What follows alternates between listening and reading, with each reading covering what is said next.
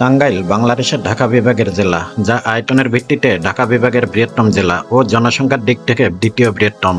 টাঙ্গাইল জেলার জনসংখ্যা প্রায় 4 মিলিয়ন ও এর আয়তন প্রায় 3,514 বর্গ কিলোমিটার।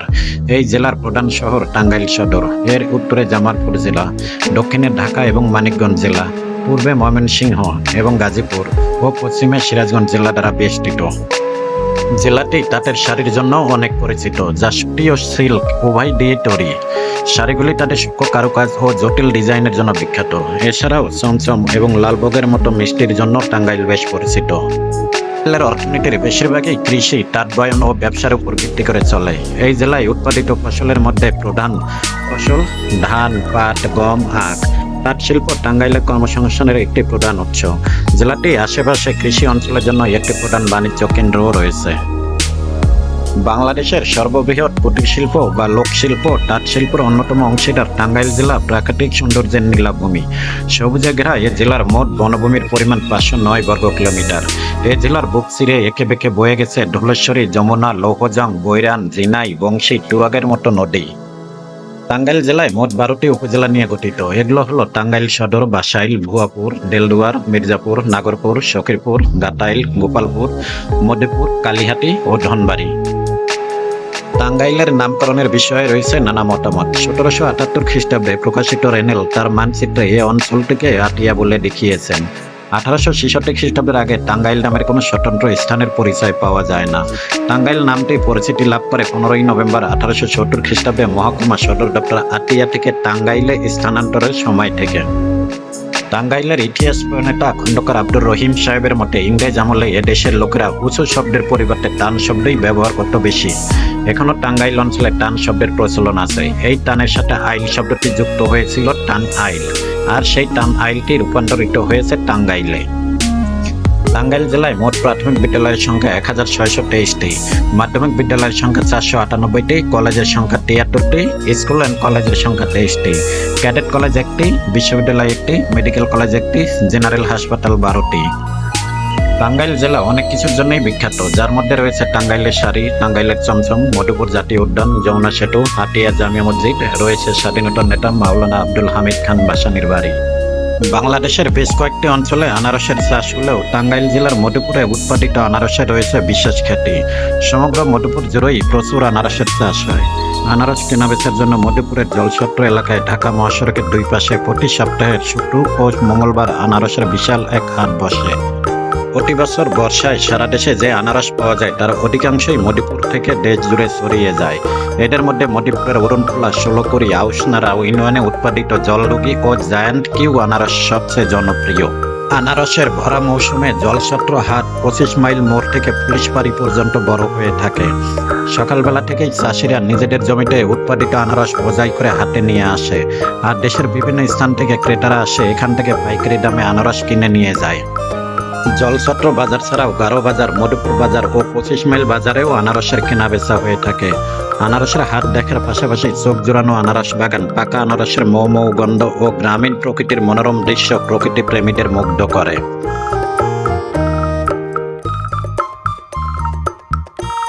নাগপুর উপজেলায় অবস্থিত ঐতিহ্যবাহী মুকনা জমিদার বাড়ি টাঙ্গাইল জেলার প্রাচীন জমিদার বাড়িগুলোর মধ্যে অন্যতম এক আকর্ষণীয় স্থান। দ্বিতল ভবন বিশিষ্ট মুকনা জমিদার বাড়ি একটি ফুল, লতাপাতা ও বিভিন্ন কারুকার্যে সুসজ্জিত। মহেরা জমিদার বাড়ির মতো সুন্দর এবং যত্নে সংরক্ষিত জমিদার বাড়ি বাংলাদেশে খুঁজে পাওয়া কঠিন। টাঙ্গাইল সদর থেকে প্রায় 18 কিলোমিটার দূরে 8 একর জায়গা জুড়ে মহেরা জমিদার বাড়ি। মহেরা জমিদার বাড়ির প্রাচীন সভ্যতা ও ঐতিহ্যের অমূল্য নিদর্শন স্বরূপ মাথা উঁচু করে দাঁড়িয়ে আছে। জমিদার বাড়ির সাথেই ছোট পার্ক, চিড়িয়াখানা, পিকনিক স্পট ও বোট রাইডের ব্যবস্থা রয়েছে। রাজধানী ঢাকার বেশ কাছে হয় সকালে রওনা দিলে একদিনেই জমিদার বাড়ি থেকে ঘুরে আসা যায়। করটিয়া জমিদার বাড়ি টাঙ্গাইল শহর থেকে মাত্র 10 কিলোমিটার দূরে টিয়ার নদীর তীরে অবস্থিত। জমিদার ওয়াজাদ আলী খান পন্নী মোগল ও সৈনিক স্থাপত্য কৌশলে বাড়িটি নির্মাণ করেন। প্রায় 1 কিলোমিটার দৈর্ঘ্য এবং 500 মিটার প্রস্থের করটিয়া জমিদার বাড়ি চারপাশের প্রাচীর দিয়ে ঘেরা। জমিদার বাড়িতে রয়েছে লোহার ঘর, রানীর প্রগাত, রোকেয়া মহল, ছোট তরফ দাউদ মহল এবং মোগল স্থাপত্যে নির্মিত একটি ঐতিহাসিক মসজিদ। মসজিদে মোট 8টি গম্বুজ ও 15টি উঁচু মিনার রয়েছে। করটিয়া জমিদার বাড়ি করটিয়া রাজবাড়ি নামেও পরিচিত। পাকুটিয়া জমিদার বাড়ি টাঙ্গাইল জেলার নাগরপুর উপজেলায় অবস্থিত একটি ঐতিহ্যবাহী স্থাপনা। জমিদার বাড়ির 3টি মহলে রয়েছে নিজস্ব বৈশিষ্ট্য ও অপূর্ব লতাপাতার কারুকাজ। বর্তমানে এই জমিদার বাড়িটি বিসিআরজি ডিগ্রি কলেজ চালু আছে। পাকুটিয়া জমিদার বাড়ির কাছেই আছে নাট মন্দির, কালী মন্দির এবং একটি বিশাল পুকুর।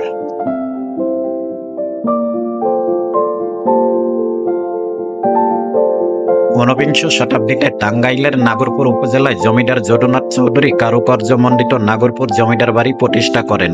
প্রায় 54 একর জায়গার উপর অসাধারণ সৌন্দর্যে নির্মিত এই জমিদার বাড়ি থেকেই চৌধুরী বাড়ির প্রথম পুরুষ যদুনাথ চৌধুরী ও তার বংশধর উপেন্দ্র মোহন চৌধুরী, জগদীন্দ্র মোহন চৌধুরী ও শশাঙ্ক মোহন চৌধুরী জমিদারিত্ব করতেন।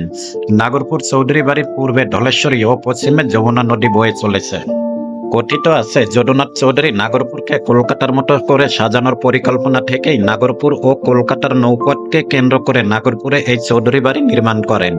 পরবর্তীতে উপেন্দ্রমোহন চৌধুরীর বড় ছেলে জমিদার সতীশচন্দ্র চৌধুরী নাগরপুরে স্কুল, কলেজ, মন্দির, দাতব্য চিকিৎসালয়, খেলার মাঠ ও হাটবাজার প্রতিষ্ঠা করেছিলেন।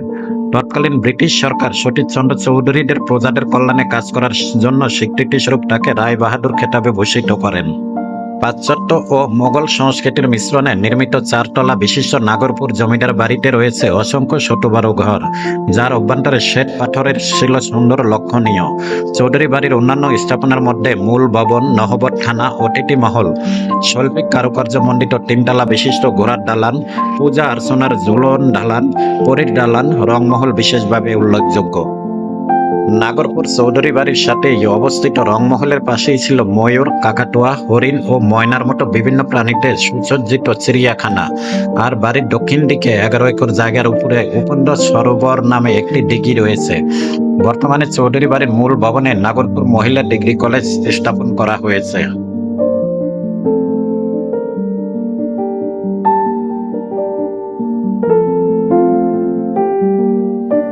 ধনবাড়ি নবাব মঞ্জিল বাংলাদেশের ঐতিহ্যবাহী রিসোর্ট, যা স্থানীয়ভাবে নবাব বাড়ি বা ধনবাড়ি নবাব প্লেস নামে পরিচিত। নবাব আলী চৌধুরীর বর্তমান উত্তরসূরিরা টাঙ্গাইল জেলার এই ঐতিহ্যবাহী রাজবাড়ির দেখাশোনা করছেন। পর্যটকদের থাকার জন্য এখানে কয়েকটি কটেজও নির্মাণ করা হয়েছে। নবাব আলী চৌধুরী পরিবারের উত্তরসূরি নবাব হাসান আলী চৌধুরী পূর্ব পাকিস্তানের শিল্পমন্ত্রী ছিলেন এবং স্বাধীনতার পর 1978 সালে তিনি বাংলাদেশের সংসদ সদস্য ছিলেন। নবাব হাসান আলী চৌধুরীর কন্যা সৈয়দা আশোক আকবর 1981 সালে সংসদ সদস্য নির্বাচিত হন। ধনবাড়ি নবাব মঞ্জিল বাংলাদেশের অন্যতম জমিদার বাড়ি, যেখানে উত্তরাধিকারী মালিক পক্ষের মাধ্যমে যথাযথভাবে যত্ন ও রক্ষণাবেক্ষণ করা হচ্ছে। 1919 সালে তৎকালীন ইংরেজ লর্ড রোনাল্ড শোকে আমন্ত্রণ জানানোর জন্য নবাব আলী চৌধুরী এই জমিদার বাড়িটি নির্মাণ করেন। পরবর্তীতে 30টি সুসজ্জিত হাতিবহরের মাধ্যমে নবাব রোনাল্ড শোকে স্বাগত জানান। ধনবাড়ি নবাব মঞ্জিলে প্রবেশ করতে 30 টাকা দিয়ে টিকিট কাটতে হয়, যা নবাব মঞ্জিলে প্রবেশের পরবর্তী 2 ঘন্টা পর্যন্ত কার্যকর থাকে। বর্তমানে নবাব মঞ্জিল, প্যালেস, ভিলা, কটেজগুলো নিয়ে নবাব আলী হাসান আলী রয়্যাল রিসোর্ট হিসেবে ব্যবহার করা হচ্ছে। টাঙ্গাইল জেলার তেলদুয়ার উপজেলায় পালপাড়ায় পাকুল্লা বাজারের কাছে 3 গম্বুজ বিশিষ্ট পাকুল্লা মসজিদ অবস্থিত। আনুমানিক 1700 শতকের শুরুর দিকে নির্মিত আয়তাকৃতির পাকুল্লা মসজিদের দৈর্ঘ্য প্রায় 15 মিটার, প্রস্থ প্রায় 6 মিটার এবং মসজিদগুলোর দেয়ালগুলো 1.25 মিটার পুরো। পাকুল্লা মসজিদের সাথে দিল্লির আওরঙ্গজেবের মোটি মসজিদ, বর্ধমানে খাজা আনোয়ারের শহীদের সমাধি এবং ঢাকার কাজী খাজা শাহবাজের মসজিদের সাথে অনেক মিল রয়েছে। পাকুল্লা মসজিদের অভ্যন্তরীণ ভাগ খাসকাটা খিলান দিয়ে 3টি ভাগে বিভক্ত। মসজিদের 4 কোণায় বিদ্যমান 4টি সুউচ্চ অষ্টাভুজাকৃতির বুরুজ, 3টি কারুকার্যমণ্ডিত প্রবেশ পথ ও পশ্চিম দেয়ালের ভিতরে 4 কোণা বিশিষ্ট 3টি নকশাকৃত অবতল মিহরাবের সমন্বয়ে মসজিদের মূল কাঠামো গড়ে তোলা হয়েছে। এদের মধ্যে অভ্যন্তরীণ কেন্দ্রীয় মিহরাবটি খাসকাটা বিশিষ্ট ও পার্শ্ববর্তী 2টি মিহরাব খাসবিহীন। অষ্টাভুজাকৃতি পিলারের উপর স্থাপিত 3টি গম্বুজ মসজিদের সবচেয়ে বড় আকর্ষণ। 3টি গম্বুজের মধ্যে কেন্দ্রীয় গম্বুজটি পাশের 2টি গম্বুজ অপেক্ষা আকারে বড়। ধনবাড়ি নবাব মঞ্জিল বাংলাদেশের অন্যতম জমিদার বাড়ি ও একমাত্র ঐতিহ্যবাহী রিসোর্ট। এই রিসোর্টটির অন্যতম আকর্ষণ হচ্ছে ধনবাড়ি মসজিদ বা নবাব মসজিদ। ধনবাড়ি নবাব মঞ্জিলের রয়্যাল রিসোর্টের পাশে শোভা বৃদ্ধি করে আছে প্রায় 700 বছরের পুরনো এই ঐতিহ্যবাহী মসজিদটি। মোগল স্থাপত্য শৈলীতে নির্মিত ধনবাড়ি মসজিদের মোজাইক ও মেঝের মার্বেল পাথরের নিপুণ কারুকার্য স্থান পেয়েছে। প্রায় 10 কাঠা জমির উপরে নির্মিত এই ধনবাড়ি মসজিদটি আগে দেখতে আয়তাকার হলেও বিভিন্ন সময় সংস্কারের পর বর্তমানে এটি দেখতে বর্গাকৃতির রূপ লাভ করেছে। মসজিদের পূর্ব দিকে খাস বিশিষ্ট খিলানযুক্ত 3টি এবং উত্তর ও দক্ষিণে আরও একটি করে মোট 5টি প্রবেশপথ রয়েছে। নবাব মসজিদের পাশের কক্ষে নবাব বাহাদুর সৈয়দ নওয়াব আলী চৌধুরীর মাজার রয়েছে। 1929 সালে নবাবের মৃত্যুর পর থেকে এই মাজারে 24 ঘন্টায় পবিত্র কোরআন তিলাওয়াত করা হয়, যা আজ অবধি 1 মিনিটের জন্য বন্ধ হয়নি। বর্তমানে 7 জন কারি প্রতি 2 ঘন্টা পর পর কোরআন তিলাওয়াত করেন।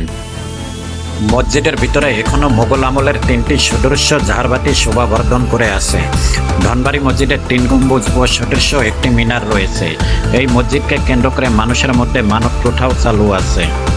ধনবাড়ি মসজিদের কেন্দ্রীয় মিহরাবটি কুলিঙ্গিটি অষ্টাভুজকৃতির ও বহু খাস বিশিষ্ট খিলানযুক্ত এবং ফুলের নকশায় অলঙ্কৃত রয়েছে। এছাড়া কেন্দ্রীয় মিহরাবের 2 পাশে আরও 2টি অলঙ্কারবিহীন মিহরাব রয়েছে। কেন্দ্রীয় মিহরাবের পাশে চীনামাটির মোজাইক নকশায় অলঙ্কৃত একটি মিম্বার রয়েছে। মসজিদের পাশে একটি প্রাচীন কবরস্থান আছে।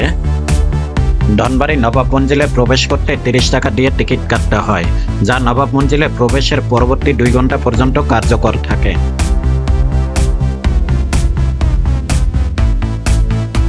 201 গম্বুজ মসজিদ টাঙ্গাইল জেলার গোপালপুর উপজেলায় দক্ষিণ পাঠালিয়া গ্রামে অবস্থিত, যা ইতিমধ্যেই পৃথিবীর সর্বাধিক সংখ্যক গম্বুজ বিশিষ্ট মসজিদের স্বীকৃতি পেয়েছে। আর মিনারের উচ্চতার দিক দিয়ে এই মসজিদটির অবস্থান দ্বিতীয়। মসজিদের ছাদে সর্বমোট 201টি কারুকার্যময় গম্বুজ থাকার কারণে মসজিদটি 201 গম্বুজ মসজিদ নামে পরিচিতি লাভ করে। 2013 সালের জানুয়ারি মাসে মুক্তিযোদ্ধা রফিকুল ইসলাম কল্যাণ ট্রাস্টের উদ্যোগে 15 বিঘা জমির বিশাল মসজিদ ও মসজিদ কমপ্লেক্স নির্মাণ কাজ শুরু হয়। দ্বিতল এই মসজিদের দৈর্ঘ্য 144 ফুট এবং প্রস্থ 144 ফুট। দৃষ্টিনন্দন মসজিদের সাথে অবস্থিত মূল গম্বুজটির উচ্চতা 81 ফুট। এই গম্বুজের চারপাশকে ঘিরে 17 ফুট উচ্চতার আরও 200টি গম্বুজ তৈরি করা হয়েছে। মসজিদের 4 কোণায় 101 ফুট উঁচু 4টি মিনার রয়েছে। এছাড়াও 81 ফুট উচ্চতার 4টি মিনার পাশাপাশি স্থাপন করা হয়েছে। আর মসজিদের পাশে মূল মিনারটি নির্মাণ করা হয়েছে, যার উচ্চতা 451 ফুট। 201 গম্বুজ মসজিদে একসঙ্গে প্রায় 15,000 মুসল্লি নামাজ আদায়ের সুযোগ রয়েছে। মসজিদের দেওয়ালে অঙ্কিত রয়েছে সম্পূর্ণ কোরআন শরীফ। আর মসজিদের প্রধান দরজা তৈরিতে ব্যবহার করা হয়েছে 50 মণ পিতল। আটিয়া মসজিদ টাঙ্গাইল জেলার তেলডুয়ার থানার আটিয়া গ্রামে অবস্থিত প্রায় 400 বছর পুরনো একটি ঐতিহাসিক স্থাপনা। টাঙ্গাইল শহর থেকে মসজিদটির দূরত্ব প্রায় 6 কিলোমিটার। বাইজিদ খান পন্নীর পুত্র জমিদার সাইদ খান পন্নী 1610 সালে আটিয়া মসজিদটি নির্মাণ করেন। 18 মিটার দৈর্ঘ্য এবং 12 মিটার প্রস্থের মসজিদটির পাশ দিয়ে বয়ে গেছে লৌহজং নদী। আটিয়া মসজিদের একটি বড় ও 3টি ছোট গোলাকার গম্বুজ রয়েছে। গম্বুজের নিচে এবং 4 কোণার 4টি পিলারে ফুটিয়ে তোলা হয়েছে চমৎকার নকশা। আটিয়া মসজিদের পূর্ব ও উত্তর দিকের দেওয়ালে টেরাকোটার উপর স্থান পেয়েছে ফুলের নকশা। মসজিদের পূর্ব দিকে 3টি প্রবেশপথ ছাড়াও উত্তর ও দক্ষিণে আরও 2টি প্রবেশপথ রয়েছে। লাল ইটে তৈরি আটিয়া মসজিদটিকে সুলতানি ও মুঘল স্থাপত্য রীতির নিদর্শন দেখতে পাওয়া যায়। 1800 সালের ভূমিকম্পে আটিয়া মসজিদ ক্ষতিগ্রস্ত হলে 1837 এবং 1909 সালে মসজিদটি পুনর্নির্মাণ করা হয়। বাংলাদেশ ব্যাংক কর্তৃক মুদ্রিত 10 টাকা মূল্যমানের নোটের এক পাশে আটিয়া মসজিদের ছবি রয়েছে। ঐতিহাসিক ফরিদ দালান টাঙ্গাইল জেলার গোপালপুর উপজেলায় হেমনগর গ্রামে অবস্থিত। এটি হেমনগর জমিদার বাড়ি হিসাবেও সুপরিচিত। ফরিদ দালানে মোট জমির পরিমাণ প্রায় 60 একর। এখানে ফরিদের আবাসস্থল বা ফরিদের নির্মিত ভবনের দেখা পাওয়া না গেলেও দিল্লি ও কলকাতার কারিগর দ্বারা তৈরি সুন্দর কারুকার্যমণ্ডিত স্থাপনা আগত দর্শনার্থীদের মুগ্ধ করে। ফরিদ দালানের দেয়াল, পিলার এবং দরজায় রঙিন কাছে তৈরি ফুল, লতা, তারা, গাছের নকশা, দামি কড়ি ও পাথরে সুসজ্জিত 2টি পরীর ভাস্কর্য বিশেষভাবে উল্লেখযোগ্য। রাজবাড়ির উপর নির্মিত 2টি রাজসিক পরীর ভাস্কর্যের কারণেই মূলত এই দালানের নাম হয় অ্যাঞ্জেল হাউস বা ফরিদ দালান। তার পাশে সীমানা প্রাচীরা হেমনগর রাজবাড়ির প্রাঙ্গণে পৃথক 3টি ভবন, 25টি বিভিন্ন ধরনের কক্ষ, সানবাঁধানো পুকুরঘাট, খেলার মাঠ এবং কয়েকটি ফাঁসা কুয়া রয়েছে। আদম কাশ্মীর মাজার শরীফ টাঙ্গাইল জেলা সদর থেকে 25 কিলোমিটার দূরত্বে দূরত্বে নাগরপুর উপজেলায় অবস্থিত। হযরত শাহানশাহ বাবা আদম কাশ্মীরি রহমতুল্লাহ স্মৃতি বিজড়িত এক পুণ্যস্থান। শাহানশাহ বাবা আদম কাশ্মীর রহমতুল্লাহ কাশ্মীর থেকে এখানে ধর্ম প্রচারের জন্য এসেছিলেন। যে স্থানটিতে মাজার স্থাপন করা হয়েছে সেই স্থানে তিনি মূলত বসে বিশ্রাম নিতেন এবং কথাবার্তা বলতেন। বর্তমানে এই জায়গাটিকেই সংরক্ষণ করে একটি স্থাপনা নির্মাণ করা হয়েছে, যা স্থানীয়দের কাছে আদম কাশ্মীর মাজার হিসাবে পরিচিত। টাঙ্গাইল জেলার ঘাটাইল উপজেলা সদর থেকে 30 কিলোমিটার পূর্বে ঐতিহাসিক সাগরদিঘি অবস্থিত। প্রায় 13 একর জায়গা জুড়ে পাল আমলের সাগর রাজার নেতৃত্বে এই বিখ্যাত দিঘিটি খনন করা হয়। সাগরদিঘিকে কেন্দ্র করে গড়ে ওঠা এলাকার পূর্ব নাম লোহিনী হলেও বর্তমানে এটি সাগরদিঘি নামে পরিচিতি লাভ করেছে। লোকমুখে প্রচলিত আছে সাগর রাজা প্রজাদের পানির কষ্ট দূর করার উদ্দেশ্যে এই জলাশয়টি খনন করেছিলেন। খননের পর জলাশয়ে কোনো পানি ওঠেনি। রাজা এক স্বপ্নাদেশে রানীকে দিঘিতে নামানোর নির্দেশনা পান। পরবর্তীতে রানীতে দিঘিতে নামানোর পরপরই দিঘি পানিতে ভরে উঠলে রানীর জীবন বিপন্ন হয়। সাগরদিঘির পশ্চিম পারে রয়েছে শানবাঁধানো ঘাটের ধ্বংসাবশেষ, যা মূলত রাজার বাসস্থান ছিল বলে ধারণা করা হয়। উত্তর ও দক্ষিণ দিকে আছে সাগরদিঘি উচ্চ বিদ্যালয় এবং সাগরদিঘি দাখিল মাদ্রাসা।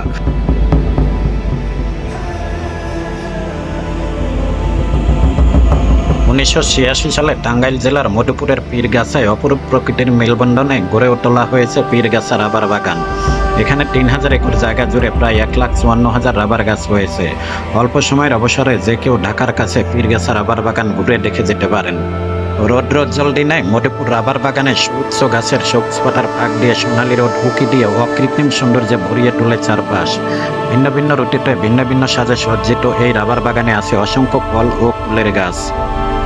বাগানের মধ্যে দিয়ে চলে গিয়েছে বাগানের অফিসে যাওয়ার সুবিশাল রাস্তা। অফিসের পাশেই রয়েছে রঙিন চালের ছাউনি ও রঙিন ফুলের গাছ দিয়ে ঘেরা একটি আধা পাকা গেস্ট হাউস। গেস্ট হাউস থেকে বৃষ্টির দিনে কিংবা জ্যোৎস্নার রাতে রাবার বাগানের অপরূপ দৃশ্য দেখতে সবচেয়ে বেশি সুন্দর লাগে। রাবার বাগানের অফিস থেকে কিছুটা দূরে রয়েছে সুবিশাল রাবার কারখানা। এখানে রাবার গাছ থেকে সাদা কাঁচা রাবার সংগ্রহ করে প্রক্রিয়াজাতকরণের মাধ্যমে বড় বড় রাবার শিট বানানো হয়। আর কারখানার বিভিন্ন প্রক্রিয়াগুলো নিজের চোখে দেখা নিঃসন্দেহে দারুণ এক অভিজ্ঞতা।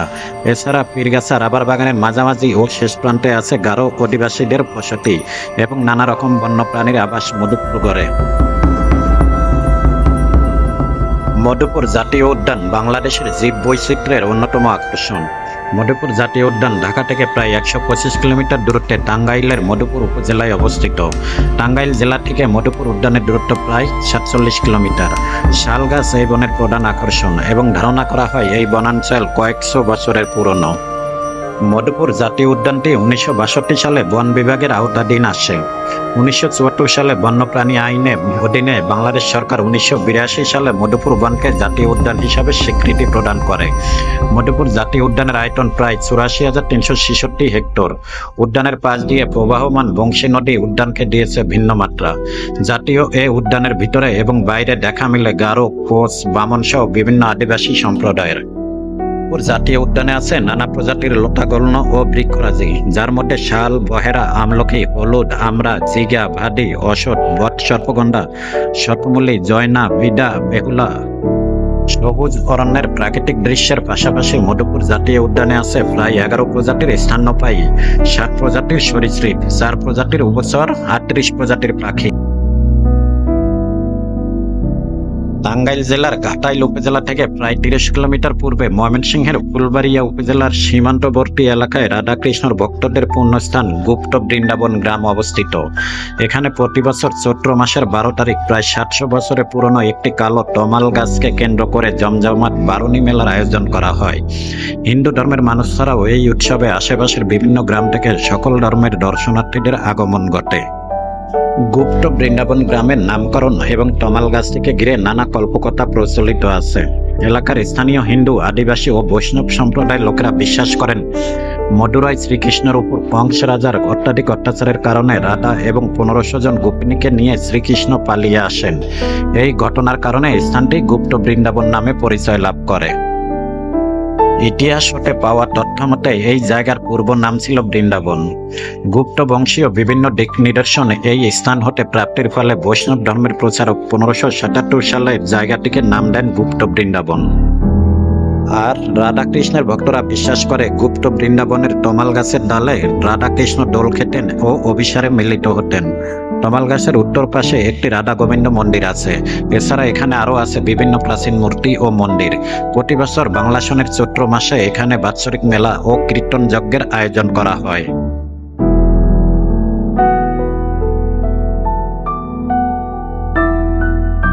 টাঙ্গাইলের বিখ্যাত পোড়াবাড়ির চমচমের কথা শোনেননি এমন মানুষ হয়তো খুবই কমই আছে। প্রায় 200 বছরের প্রাচীন ঐতিহ্য বজায় রেখে বানানো পোড়াবাড়ির চমচমের সুনাম রয়েছে বিশ্বজোড়া। সুস্বাদু ও লোভনীয় মিষ্টির রাজা হিসাবে খ্যাত ছানার তৈরি এই চমচমের স্বাদ নিতে দূর দূরান্ত থেকে মানুষ টাঙ্গাইলে ছুটে আসে। আর এই চমচমের গুণে সারা বিশ্বেই টাঙ্গাইলের জেলা রয়েছে এক অনন্য পরিচিতি। টাঙ্গাইলের পোড়াবাড়ির ধলেশ্বরী নদীর তীরে ছোট্ট একটি গ্রামে এই মিষ্টান্ন বানানো হয়। ধারণা করা হয় চমচম বানানোর ক্ষেত্রে ধলেশ্বরী নদীর প্রাকৃতিক পরিবেশের বিশেষ প্রভাব রয়েছে। আর এ কারণে কারিগররা বিশ্বাস করেন টাঙ্গাইল শহরের বাইরে গিয়ে এই মিষ্টি বানানো সম্ভব না। প্রাচীনকালে মিষ্টি প্রস্তুতকারীদেরও হালি বলা হতো।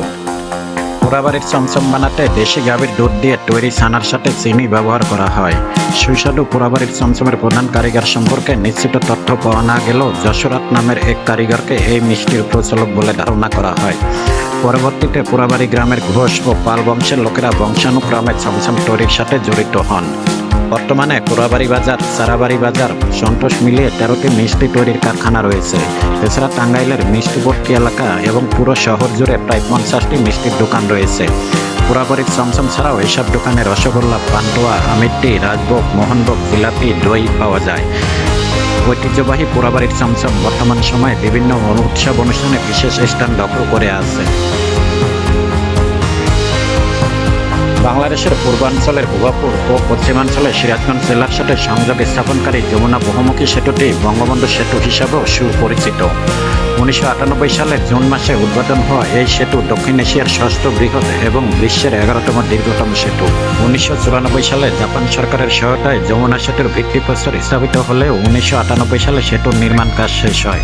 সর্বপ্রথম মাওলানা আব্দুল হামিদ খান ভাসানী যমুনা নদীর উপর সেতু নির্মাণের দাবি জানালেও প্রধানমন্ত্রী শেখ হাসিনা তা বাস্তবায়ন করেন। বঙ্গবন্ধু যমুনা বহুমুখী সেতু নির্মাণের ফলে দেশের আর্থসামাজিক উন্নয়নের সাথে সাথে সড়ক ও রেলপথে যাত্রী ও মালামাল পরিবহনের ক্ষেত্রে ব্যাপক উন্নতি সাধিত হয়েছে। নদীর উপর টাঙ্গাইল থেকে সিরাজগঞ্জ পর্যন্ত এই সেতু এশীয় মহাসড়ক ও আন্তঃ এশীয় রেলপথের উপর অবস্থিত। যমুনা বহুমুখী সেতু নির্মাণে খরচ হয়েছে $962 মিলিয়ন। সেতুটির দৈর্ঘ্য 4.8 কিলোমিটার এবং প্রস্থ 18.5 মিটার। বঙ্গবন্ধু বহুমুখী সেতুর কাছে যমুনা নদীর পূর্ব পাশে গড়ে তোলা হয়েছে 3 স্টার মানের বঙ্গবন্ধু সেতু রিসোর্ট। এই রিসোর্টের পূর্ব নাম ছিল যমুনা রিসোর্ট। টাঙ্গাইল ও সিরাজগঞ্জ জেলার মাঝামাঝি স্থানে এই রিসোর্টটি অবস্থিত। যমুনা রিসোর্টে রয়েছে gym, health club, swimming pool, bakery, foreign money exchange ও সুবিনির শপ। খেলাধুলার সুবিধা হিসাবে এখানে ফুটবল, হকি, ক্রিকেট, ব্যাডমিন্টন ও দাবার ব্যবস্থা আছে। থাকার জন্য বঙ্গবন্ধু সেতু রিসোর্টে royal suite, deluxe, executive suite, 2 ও 3 বেডরুমের কটেজ, ডরমেটরি এবং এক্সট্রা বেড সুবিধা রয়েছে। বঙ্গবন্ধু সেতু রিসোর্টে একসাথে 150 জন বসে খাবার গ্রহণের একটি রেস্টুরেন্ট রয়েছে। এই রেস্টুরেন্টে সকাল, দুপুর ও রাতের খাবারের ব্যবস্থা রয়েছে। এখানে যমুনা ও ব্রহ্মপুত্র নামে 2টি হলরুম আছে। প্রত্যেকটি হলরুম 200 মানুষের ধারণ ক্ষমতা সম্পন্ন। এছাড়া যমুনা রিসোর্টে নৌ ভ্রমণ ও রিসোর্টের সাইট ভ্রমণের ব্যবস্থা রাখা হয়েছে।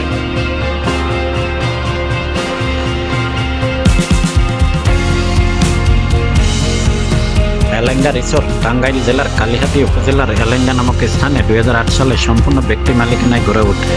টাঙ্গাইল থেকে মাত্র 7 কিলোমিটার দূরে প্রায় 167 হেক্টর জায়গা জুড়ে গড়ে ওঠা এই রিসোর্টের পাশ দিয়ে বয়ে গেছে যমুনা নদী। নদী ও গাছগাছালিপূর্ণ গ্রামীণ পরিবেশ এই রিসোর্টটিকে দিয়েছে ভিন্ন মাত্রা। আধুনিক সুযোগ সুবিধা সম্পূর্ণ এই এলেঙ্গা রিসোর্টে 5টি ভিআইপি এসি স্যুট, 10টি এসি ডিলাক্স স্যুট, 16টি এসি কক্ষ, 8টি নন এসি কক্ষ, রেস্তোরাঁ, 5টি পিকনিক স্পট, ছোট জাদুঘর, জিম, ম্যাসেজ পার্লার, বেকারি, বার, ডিস্কো, সুইমিং পুল, সভাকক্ষ, প্রশিক্ষণ কক্ষ রয়েছে। এখানে আসা পর্যটকদের জন্য আছে হর্স রাইডিং এবং নৌ ভ্রমণের সকল আয়োজন। এলেঙ্গা রিসোর্টে get together, DJ party, picnic অথবা যে কোনো অফিসিয়াল অনুষ্ঠান করার জন্য 50 থেকে 150 জনের আয়োজন সকল ব্যবস্থা রাখা হয়েছে। এখানে tennis, football, cricket, table tennis, badminton খেলার সুব্যবস্থা আছে। বাচ্চাদের বিনোদনের জন্য কিডস রুম এবং সকলের জন্য আছে হেলথ ক্লাব।